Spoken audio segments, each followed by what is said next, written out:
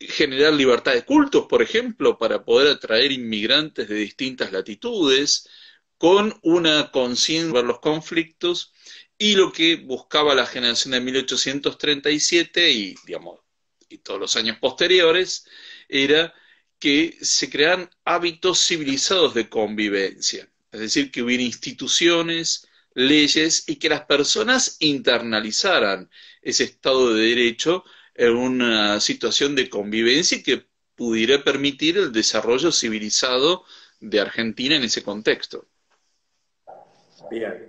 Usted menciona en ese proceso el tema de la inmigración. Ahí uno de los miembros de esa generación, o sea, muchos de los miembros, creo que dos van a ser presidentes, hablo de Mitre y de Domingo Faustino Sarmiento.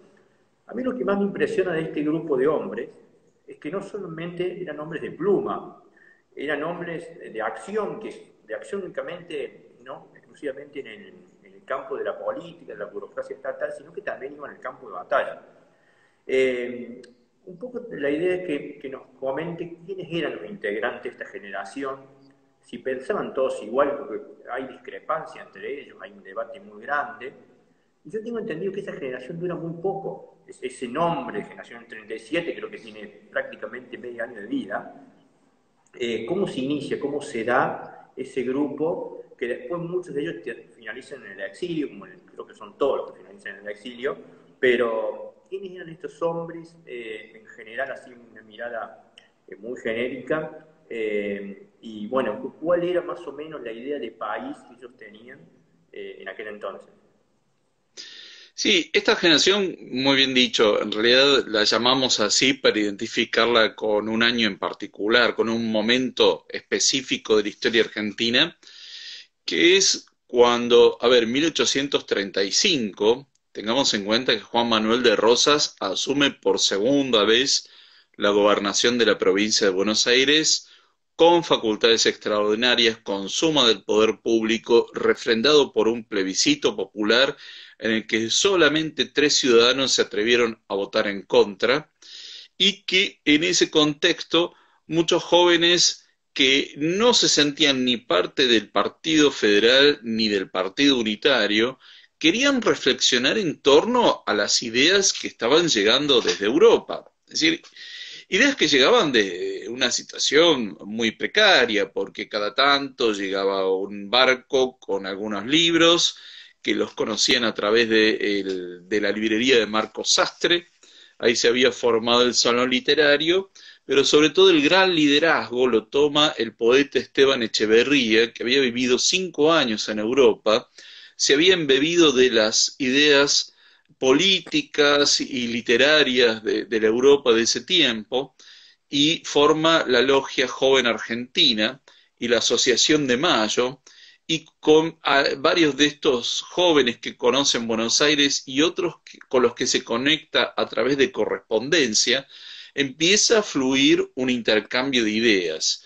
Muchos de estos se convierten en activos protagonistas en la prensa en el exilio, es decir, tanto en Montevideo, en Chile, algunos en Bolivia, y que empiezan a escribir contra Juan Manuel de Rosas y el sistema en la práctica unitario que establece Rosas, porque Rosas, más allá de denominarse federal, lo cierto es que era un gran unitario, porque centraliza el poder, no permite el desarrollo de las autonomías provinciales, impide la organización constitucional de Argentina, y él mismo lo dice. Bueno, entonces, esta joven generación, que no se siente ni unitaria ni federal, no se siente parte de estos dos grandes partidos, decide comenzar sobre esto que estaba ocurriendo en otros continentes, sobre todo en Europa y en Estados Unidos. Algunos van a tomar como modelo a Europa, ¿no? Por ejemplo, es muy interesante cómo Sarmiento, en su libro de viajes, señala que al principio él pensaba que Francia era el modelo. Y cuando llega a Francia se da cuenta que ese no era el modelo para él, luego viaja a Estados Unidos y ahí lo encuentra. Y ahí es donde se convierte en federal, Sarmiento. Antes era unitario y ahí ve cómo funciona el federalismo. Bueno, otros propensos al modelo francés, pero lo cierto es que lo que buscaban primero era que finalmente Argentina se organizara con una constitución. Había fracasado en 1819, en 1826, pero existía el Pacto Federal de 1831 y entonces enarbolan esa bandera, que él también lo va a hacer Urquiza en 1851. Dice, bueno, organicemos Argentina con el Pacto Federal de 1831, como una república federal. Y ahí es donde empezamos a ver, claro, ¿para qué una constitución? Una vez más, no para organizar el poder, sino para que se defendieran los derechos individuales. Y que todo el proyecto de esta constitución apuntara a eso, una constitución que defendiera los derechos individuales.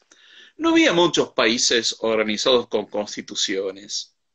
Es decir, estaba Gran Bretaña, Estados Unidos, Francia, Bélgica, pero no muchos más. Es decir, el constitucionalismo era una corriente nueva en ese tiempo, que empezaba a cobrar auge. ¿Por qué? Porque el constitucionalismo era la limitación del poder y era la comprensión de que había derechos individuales que eran anteriores al Estado.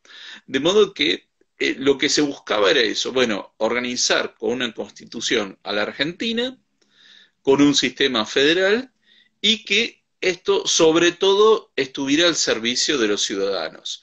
Ciudadanos que iban a estar a la par de una corriente inmigratoria que hacía falta, porque además lo que se buscaba es que justamente, además de atraer capitales, atrajera gente con un espíritu laborioso y cívico que cambiara sustancialmente la Argentina en ese tiempo. Claro, usted ahí menciona el tema de la Constitución, ya de 1853, y es uno de los grandes debates en cuanto a lo que es la inmigración. Yo creo que ahí inicia el gran debate entre Domingo Faustino Sarmiento y Juan Bautista Alberdi. El tema de la inmigración, qué era lo que esperaban ellos, uno y otro. Hay un libro, un buen trabajo de Domingo Faustino Sarmiento, se llama El Girópolis, donde bueno, imagina un país muy parecido a lo que fue Estados Unidos después de su viaje. Creo que la capital iba a ser una isla, es la isla Martín García. Entonces, un poco así, es un debate muy profundo, pero ¿cuáles eran las principales diferencias que van a tener en este debate Domingo Faustino Sarmiento y el padre de la Constitución Nacional, Juan Bautista Alberdi? Claro, ese debate que se da entre Sarmiento y Alberdi tiene un momento muy específico, que es a comienzos de 1853. El Congreso Constituyente ya estaba reunido, pero la provincia de Buenos Aires no formaba originalmente parte de ese Congreso Constituyente porque la provincia de Buenos Aires se retira de la Confederación Argentina el 11 de septiembre de 1852, ¿no? Porque estaba en contra de que se nacionalizara la aduana, de que todas las provincias fueran representadas de una forma igualitaria en el Congreso Constituyente, y ahí es donde se forma lo que se conoció durante varios años como el Estado de Buenos Aires. Lo cierto es que Alberdi sostiene al Congreso Constituyente, a Urquiza, a la Confederación Argentina, en cambio Sarmiento adhiere al Estado de Buenos Aires. Y en ese contexto, ahí se da esta polémica que provoca Sarmiento, ¿no? Porque Sarmiento era un gran provocador y un gran polemista, y provoca esta discusión porque le dedica un libro a Alberdi en el que en realidad lo estaba criticando, ¿no? Digamos, él tira el guante y obviamente Alberdi le responde en las cartas quillotanas y luego Sarmiento le va a responder en la 101. Pero acá lo interesante es qué es lo que discutían, ¿no? A ver, por un lado en lo sustancial yo creo que estamos muy de acuerdo, es decir, atraer inmigrantes, la organización constitucional, la libertad de comercio, la libre navegación de los ríos, en eso estaban de acuerdo. ¿En qué no estaban de acuerdo? Bueno, básicamente con quiénes había que hacerlo. Por ejemplo, la postura de Sarmiento era barrer con todos los gobernadores que hasta ese entonces habían apoyado a Juan Manuel de Rosas y ahora apoyaban a Urquiza.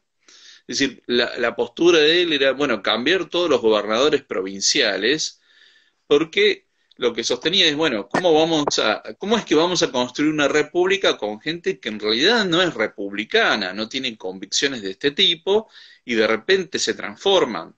Bueno, lo que dice a su vez Alberdi es, hay que dar garantías al gaucho y a los caudillos y con el tiempo, con el desarrollo paulatino de la vida constitucional, vamos a ir de lo que él llama la república posible a la república verdadera. Es decir, que era un cambio muy lento el que proponía Alberdi, en cambio el de Sarmiento era mucho más rápido. En realidad lo que termina ocurriendo es un poco una mezcla de las dos cosas. Es decir, ni fue tan lento como proponía Alberdi, porque de hecho hubo cambios de gobernadores y los caudillos fueron perdiendo poder en las primeras décadas. Y de hecho hay que tener en cuenta que en realidad el Estado Nacional consolidado en Argentina es a partir de la primera presidencia de Roca. Es decir, desde 1852 hasta 1880 era una situación muy endeble por parte del Estado Nacional, porque cada provincia tenía sus propias guardias provinciales, hubo muchos intentos de secesión, hubo muchas rebeliones armadas en contra del Estado Nacional, que era muy débil, e incluso en términos económicos era muy débil el Estado Nacional. Eso recién a partir de la primera presidencia de Roca ya queda consolidado. Pero yo creo que fue un poco de las dos cosas, porque Sarmiento siempre quería ir muy rápido y Alberdi muy despacio. Lo cierto es que esa república verdadera sí se va a ir alcanzando lentamente cuando lo que empieza a existir es una mayor alfabetización, un mayor progreso material, cuando empieza a llegar inmigración, cuando se empieza a difundir el periodismo y los medios de comunicación, que era la prensa escrita sobre todo, eso empieza a extenderse y obviamente esto va a tomar varias décadas en formarse.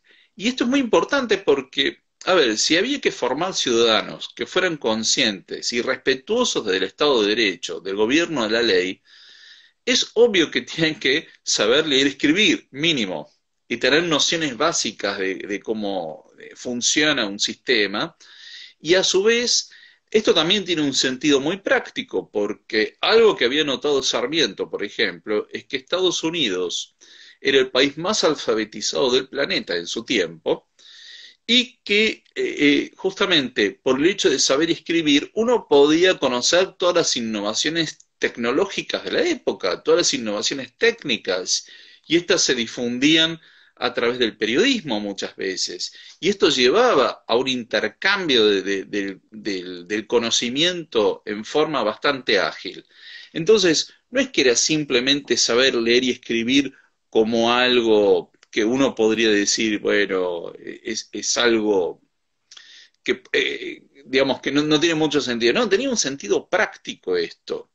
Entonces, yo creo que esa construcción de una república verdadera y de un Estado nacional es algo que tomó varias décadas con todo el cambio de varias generaciones. Porque, a ver, los que antes degollaban personas, después de la batalla de Caseros siguen siendo las mismas.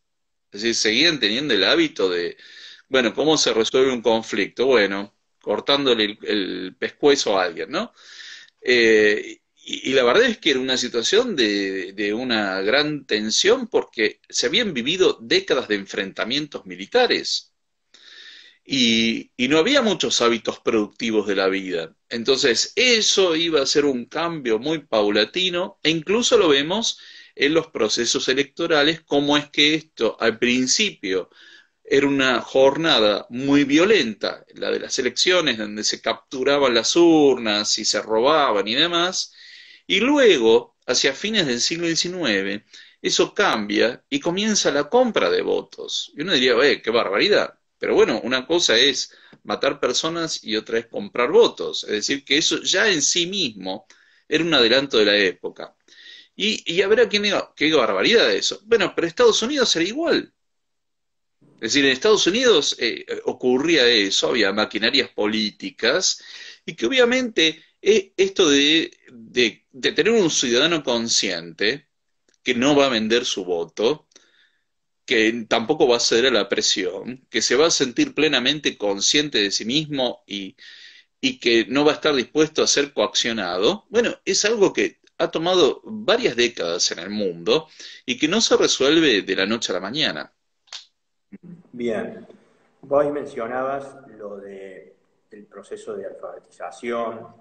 Yo hace poco leía uno de los últimos trabajos PISA, creo que fue el último del año pasado, y me asombraba algo, que salvando las distancias, que haciendo un parangón con lo que va a ser el primer censo nacional en 1869, la idea de que una vez llevado a cabo ese censo, y muy parecido a lo que se ve hoy en los exámenes PISA, 7 de cada 10 chicos no comprenden un texto, por ejemplo, hoy en nuestro país.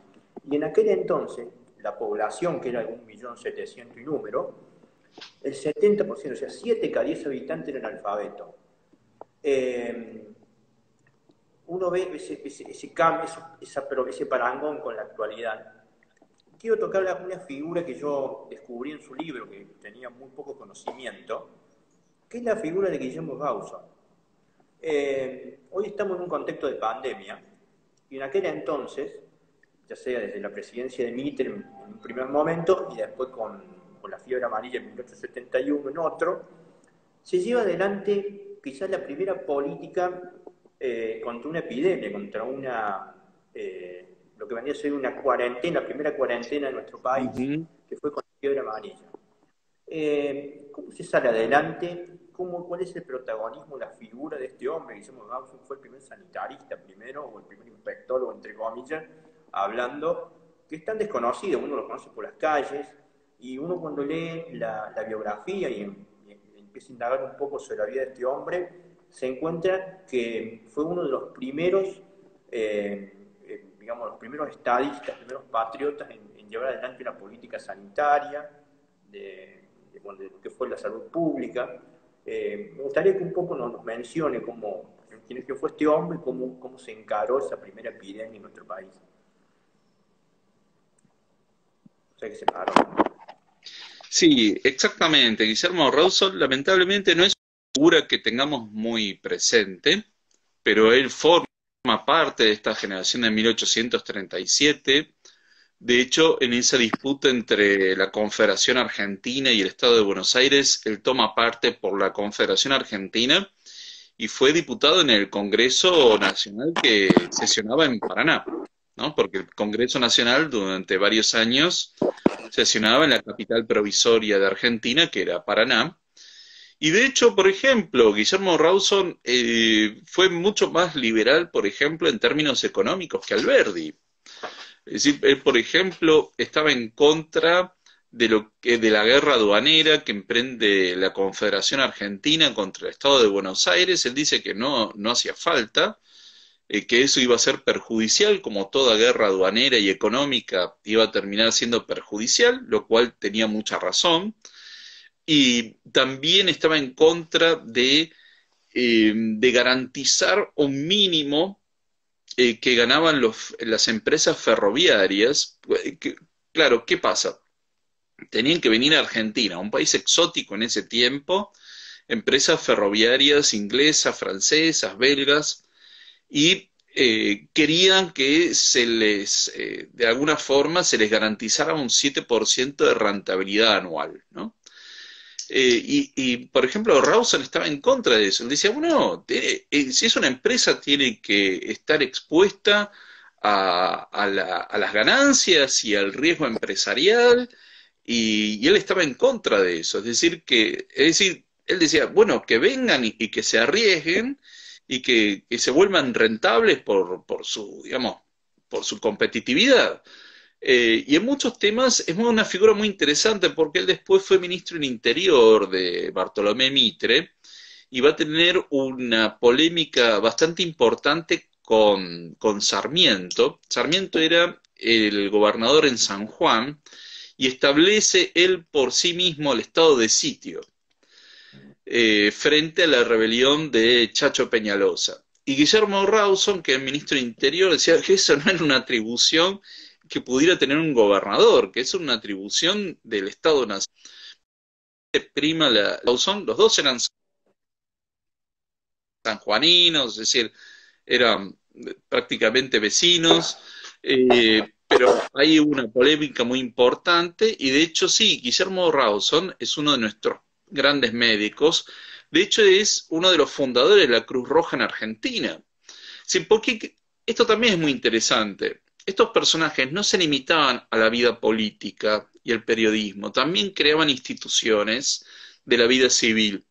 Eran grandes creadores de asociaciones civiles, formaban parte de la Sociedad de Socorros Mutuos, creaban sociedades científicas, la Cruz Roja, Sarmiento creó la primera sociedad protectora de animales, la creó Sarmiento presidente y Mitre vicepresidente.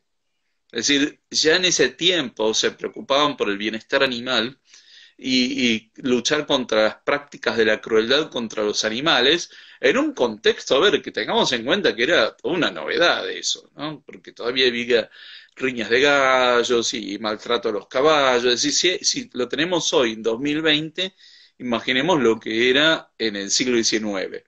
Pero bueno, ellos crean esa sociedad, por ejemplo, creaban todo tipo de sociedades que uno diría, pero esta gente no dormía nunca. No, creo que no, porque además, es decir, no había WhatsApp, no había internet, no había teléfono, no había nada, y dedicaban muchísimo tiempo a esto.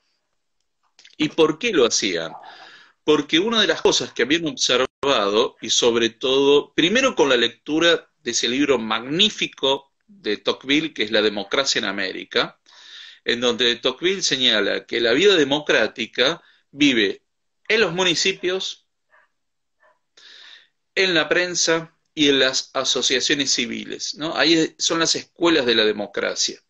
Y es por eso que se dedican a esas tres cosas. Es decir, Sarmiento, por ejemplo, fue concejal en Buenos Aires y él le daba mucha importancia a la vida municipal. Y obviamente todos ellos se dedicaron al periodismo y a crear asociaciones civiles. Y fueron muy entusiastas y muy protagonistas en esto, porque entendían que era una de las formas de, justamente, eso es una de las grandes escuelas de la democracia. Si uno participa en el club social del barrio, en las asociaciones y todo lo que fuera, bueno, ahí uno aprende a convivir, a negociar y demás, y a elegir autoridades y establecer un programa de acción. Bueno, eso es lo que ellos tratan de plasmar en Argentina para darle un contenido democrático a esa vida. Nosotros hemos tenido una vida muy intensa a nivel de asociaciones civiles en el siglo XIX. Los inmigrantes creaban estas sociedades que se llamaban de socorros mutuos. Y muchas veces uno va por las calles y ve el hospital italiano, hospital israelita, español, centro gallego y demás. Son los resultados de esas sociedades creadas por inmigrantes para asistirse mutuamente en la enfermedad, la vejez, la orfandad, la viudez, establecían seguros contra accidentes. Bueno, y eso era parte de una sociedad civil que era muy activa. Incluso los propios argentinos empiezan a crear eso también.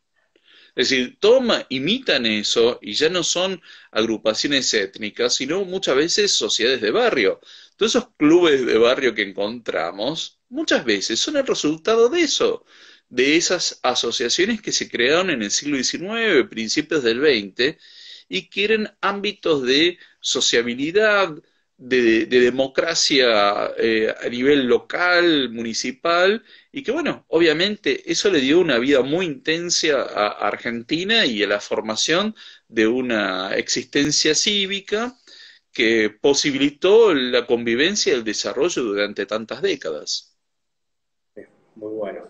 Me impresionaba un tema que es el tema de la protección animal, que está muy en boga con estos movimientos ecologistas, ambientalistas, pero también se encuentra con el Mingo como un hombre muy feminista, un hombre que le da un protagonismo a las mujeres muy grande. O sea, las mujeres no trabajaban hasta ese entonces, y él con su política educativa, con las maestras traídas de Estados Unidos a fin de preparar maestros locales, Pero también me impresionó mucho, lo leí en algunas biografías, es el protagonismo que tiene cuando es nombrado presidente, quien será su amante o su esposa, que fue doña Aurelia Vélez Arfield, con Lucio de Mansilla, tiene un protagonismo muy grande. Y también otra cosa que quizás si se podría llamar progresismo en aquella época, tiene que ver con el tema de la ciencia. En esta provincia está, posiblemente creo que es el primer observatorio astronómico del continente.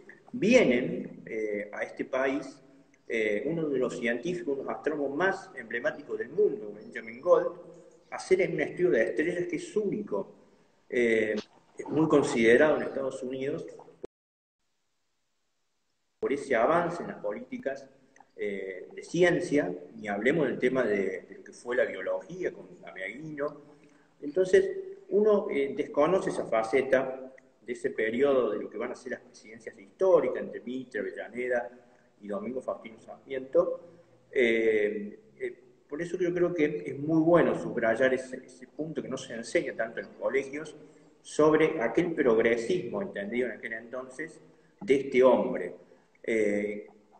Un poco también la idea, profesores, cómo se llega a 1880 con todos estos postulados que usted va mencionando, estas líneas generales, cómo a uno le impresiona que esta serie, este grupo de intelectuales, de patriotas, digamos, no solamente pensaron y construyeron, sino que también soñaron un país que no vieron, que no fueron testigos, que va a ser esa epopeya que inicia en 1880.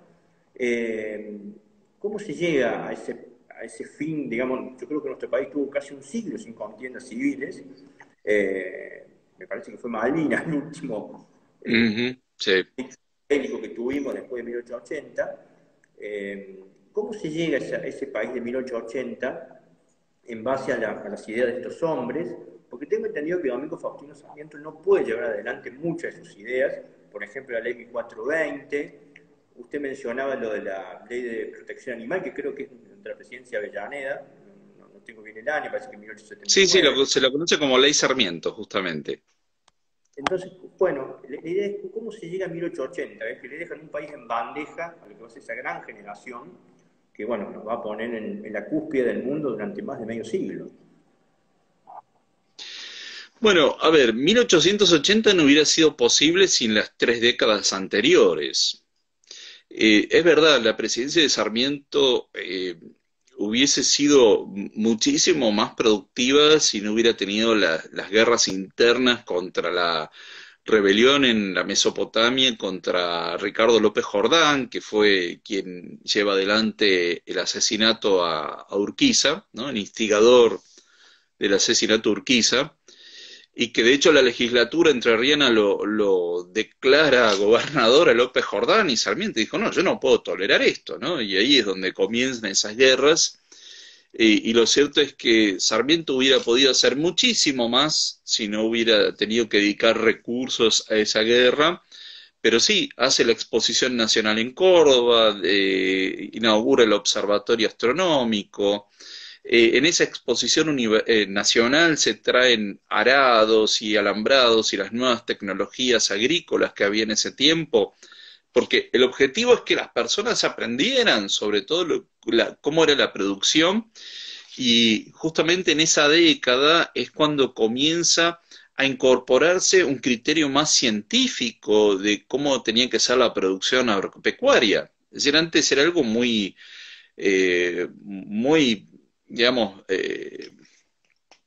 muy empírico, pero con poco conocimiento científico de cómo se tenía que hacer la producción agropecuaria, y lo cierto es que a partir de ahí empieza a tomarse más criterio y trae naturalistas, Burmeister, ¿no? Es decir, que se genera un gran cambio científico y cultural, y el desarrollo de las bibliotecas populares. Es decir, esto que vemos hoy de las bibliotecas populares surge a partir de una iniciativa de Sarmiento con Avellaneda como ministro. Lo cierto es que sí, es decir, ellos empiezan a establecer una serie de mojones que luego empiezan a rendir frutos en los decenios posteriores. Sin toda esa labor, es decir, que fue muy difícil porque, a ver, tengamos en cuenta que Mitre es el creador de la Corte Suprema, por ejemplo, en 1863. Es decir, que, a ver, teníamos la Constitución en 1853 y durante 10 años no tuvimos Corte Suprema. Es decir, que faltaba uno de los tres poderes del gobierno federal y es creado a partir de la presencia de Mitre. Eh, es decir, que había que crear muchísimas condiciones para la vida y esto se hace con grandes dificultades, ¿no? Hay otros emprendimientos que quedan por el camino, como era todo el tema de la navegación de los ríos, que Sarmiento otorga concesiones para la navegación de los ríos, y la verdad es que eran condiciones muy difíciles, ¿no?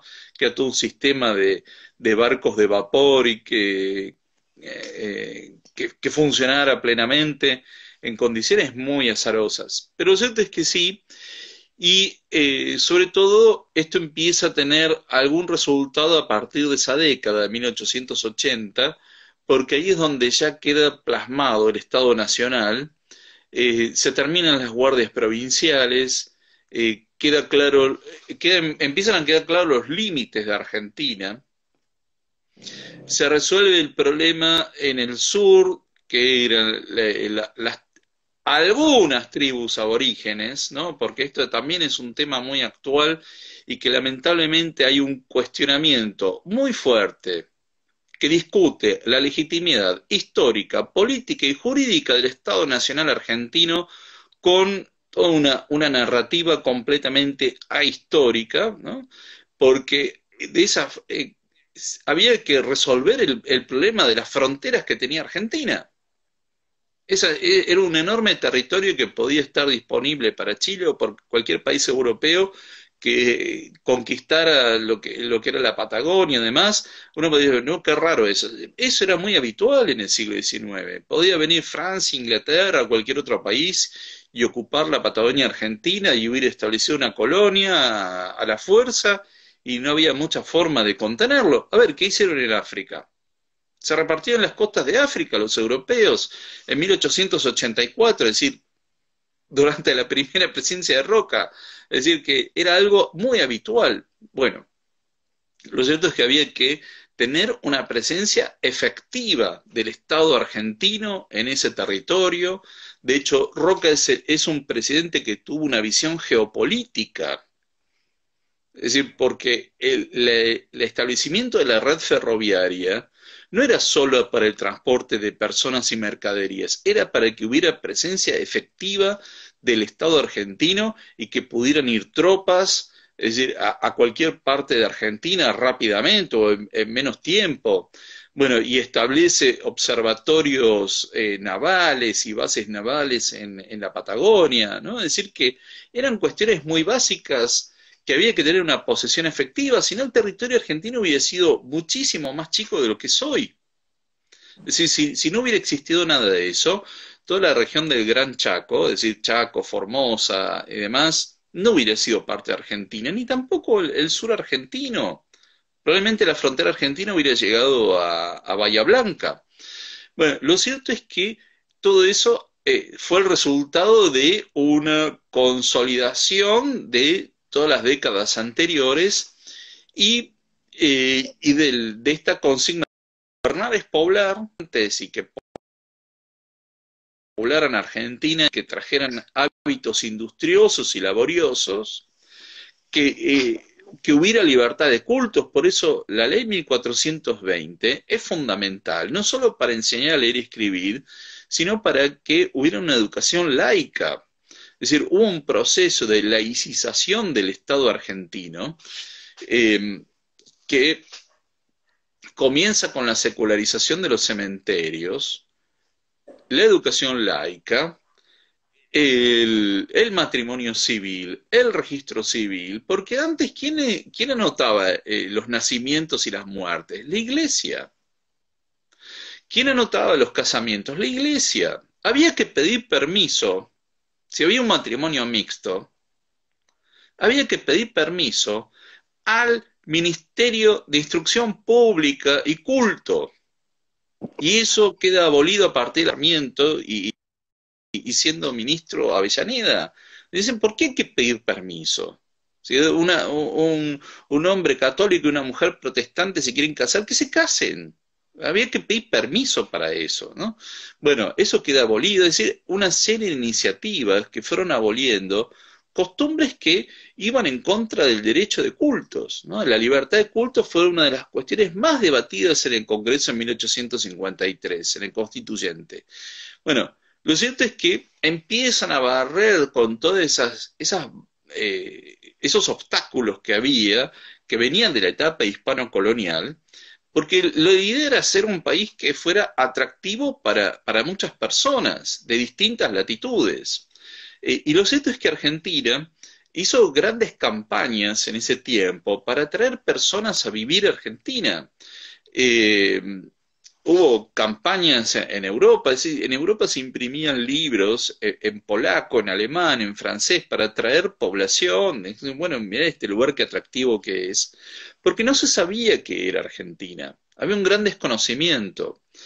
Los primeros inmigrantes judíos que llegan en el Weser, ellos no sabían si había que ir en barco o en tren a Argentina, porque no sabían qué era una entidad abstracta, ¿no? Estaban en Hamburgo y no sabían si había que tomar un barco, se podía ir en tren. Bueno, y vienen en esa década del 80 y crean digamos, varias colonias en Carlos Casares, y así es como se va formando esta Argentina, digamos, atrayendo personas de distintos lugares que básicamente querían venir a tener movilidad social ascendente. Y eso fue muy importante porque eso en Europa era prácticamente imposible. Es decir, es muy raro que el hijo de un campesino llegara a ser un universitario en Europa. Ese proyecto de movilidad social ascendente, ¿dónde ocurre? En Argentina. Porque acá el inmigrante tenía los mismos derechos que tenía un ciudadano. Lo único que no tenía derechos políticos e incluso tenía derechos políticos a nivel municipal. Es decir, podía ser electo concejal, podía votar en los municipios, eso desde 1852, algo que el Tratado de Maastricht permite 150 años después en Europa. Bueno, nosotros lo teníamos en 1850 y los inmigrantes participaban en la vida municipal. Entonces, claro, era muy atractivo y no hacía falta volverse ciudadano para poder comprar una propiedad. De hecho, en el segundo censo que hay en Argentina, 1895, ahí se ve cómo se da esa movilidad social ascendente, porque Capital, Provincia de Buenos Aires y Santa Fe, la mayoría de los propietarios eran extranjeros. Y no estamos hablando de grandes terratenientes, estamos hablando de personas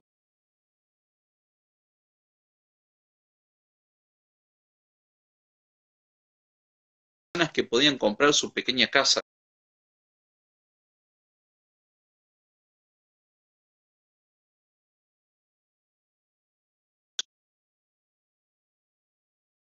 mejores oportunidades y ahorrara. Bien, bien. Sí, es increíble lo que era esa época.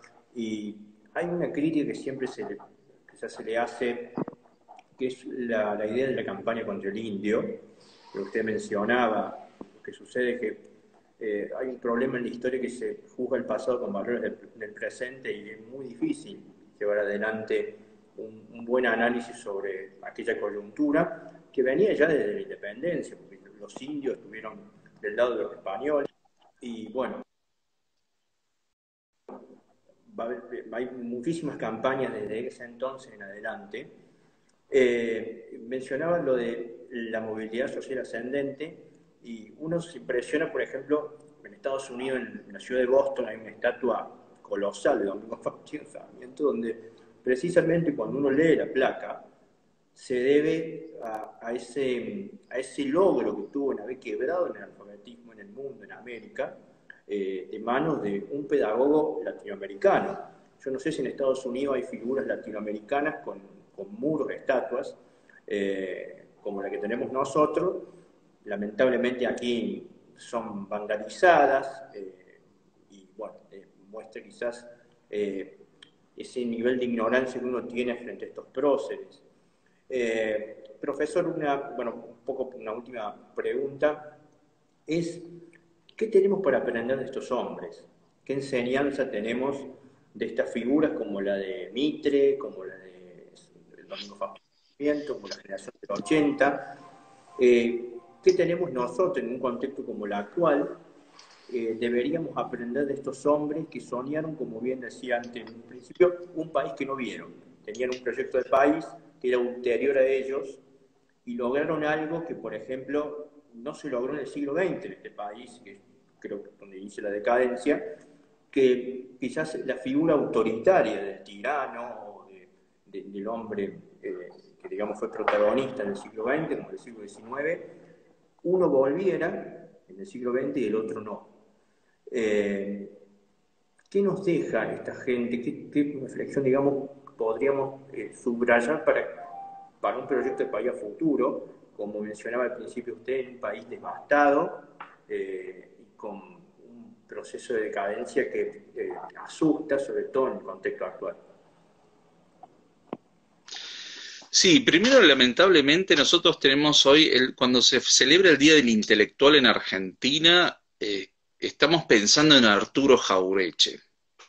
Un personaje absolutamente mediocre, eh, salvo burlarse de los demás, no hizo, digamos, no dejó nada, ¿no? Y eso marca claramente la pobreza intelectual en la que estamos viviendo hoy en día. No es, a ver, el intelectual argentino tendría que ser Borges, Florentina Meguino, es decir, nosotros hemos tenido premios Nobel de ciencias, Hussein, Leloir, Milstein, ¿no? Es el único país de América Latina que ha tenido premios Nobel de ciencias, ¿no?